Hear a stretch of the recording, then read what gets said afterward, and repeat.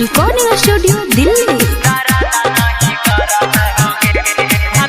जब चढ़ता होगे दर्द नहीं करता होगे, भातार जब चढ़ता होगे दर्द नहीं करता होगे। जई भी जब ससुरा लागे छहुरी दुख सहे नहीं पड़ता होगे, भातार जब चढ़ता होगे दर्द नहीं करता होगे, भातारा जब चढ़ता होगे दर्द नहीं करता होगे।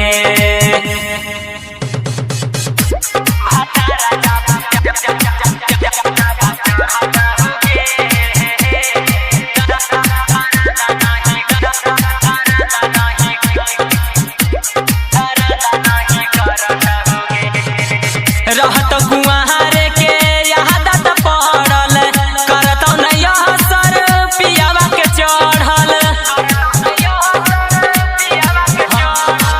रहत कुआर के यादत पड़ल करत नहीं असर पियावा के चढ़ल। होठावा से होठावा तो जेतन सटोई में सुन लेगे छौरी बड़ी मजा पोई में, भातार जब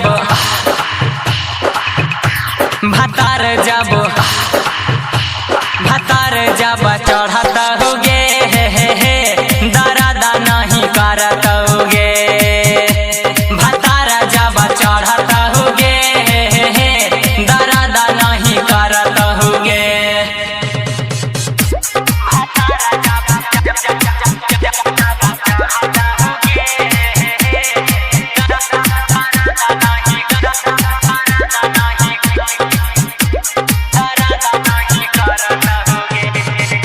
राजन विकास से सीखल तरीका ससुरों में मनमा रहतन फीका,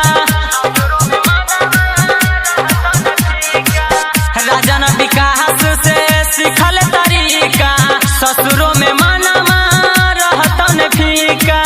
राइटर राजा के मानिल बतिया ना त पछतई में पहिले के रतिया, भातार जब